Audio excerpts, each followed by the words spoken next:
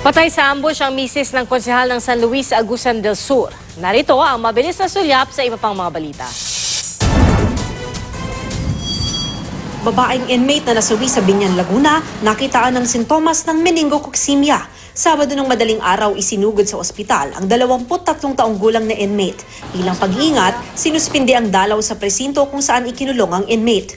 Kinuhanan din ng blood sample at pinainom ng gamot ng mga pulis ang iba pang inmate. Batay sa preliminary test ng Department of Health, streptococcus at hindi meningococcemia ang posibleng ikinamatay ng inmate. Hinihintay pa ang resulta ng laboratory test sa labi ng inmate. Misis ng konsehal sa San Luis, Agusan del Sur, patay sa ambush. Dead on the spot si Susan Mandumutan, pati ang kaibigan niyang si Maricel Quezon. Critical naman ang lagay ni Councilor Franklin Mandumutan at anak niyang si Charles.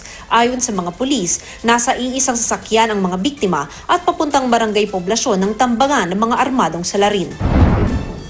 Kumakandidatong board member ng Kamiling Tarlac na nampal ng election officer. Aminado si board member candidate Marty Franz Torralba na sinampal niya ang election officer na si Teddy Mariano pero hindi naman daw malakas. Nagalit daw siya dahil sa di patas na pagbabaklas ng election poster ng COMELEC. Binura rin daw ng COMELEC ang kanyang pangalan na nakapinta sa pader ng bahay ng kanyang taga-suporta.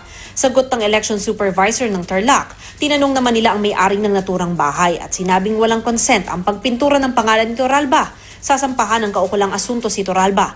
Pinalitan na rin bilang election officer ng Kamiling si Mariano na tumangging magbigay ng pahayag.